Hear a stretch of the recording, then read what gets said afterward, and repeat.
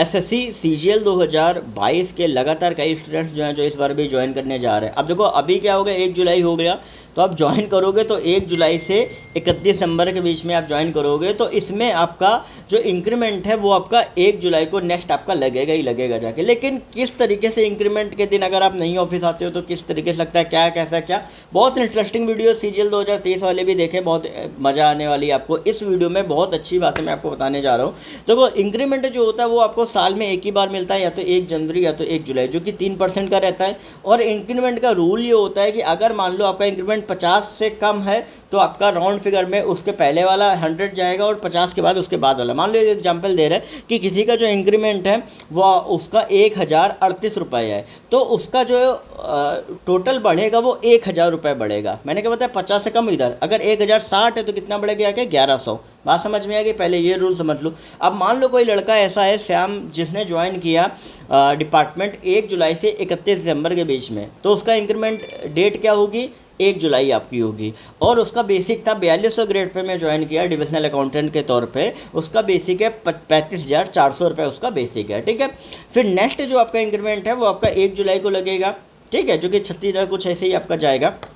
तो उस दिन आपका जो क्या नाम है, हाँ 36,000 कुछ आपका रहेगा, वो जो 1 जुलाई को लगेगा। लेकिन मान लो क्या हुआ कि श्याम ने छुट्टी डाल ली 30 जून से 6 जुलाई के बीच में छुट्टी डाल दी, 30 जून से 6 जुलाई के बीच में छुट्टी डाली, तो 1 जुलाई को जिस दिन इंक्रीमेंट लगना था उस दिन वो ऑफिस नहीं आया। वो कब ऑफिस आया, 7 तारीख को। तो जिस दिन ऑफिस आया उसी दिन से ही उसका जो इंक्रीमेंट है वो उसका काउंट होगा। मतलब 7 तारीख से 31 तारीख के बीच में आप उसका जो सैलरी बनेगा वो नए इंक्रीमेंट पे जो बेसिक होगा उसके अकॉर्डिंग बनेगा। लेकिन 1 से 6 तारीख के बीच में उसका जो सैलरी है वो पुराने बेसिक के अकॉर्डिंग आपका बनेगा। तो लॉस आपको यहाँ पे क्या हुआ, ये जो 6 दिन है 1 से 6 तारीख के बीच का, उसका बस लॉस हुआ। लेकिन इसका मतलब ये नहीं कि इस बार 7 तारीख को लगा तो अब हमेशा 7 तारीख को लगेगा, नहीं, इस बार 7 तारीख को है, बाकी इसके बाद हमेशा रेगुलर 1 तारीख को ही सबका लगेगा अगर आप एब्सेंट नहीं होते हो। लेकिन अगर मान लो 1 तारीख को अगर कोई हॉलीडे पड़ गया, सैटरडे संडे आ गया, कोई स्पेशल हॉलीडे पड़ गया,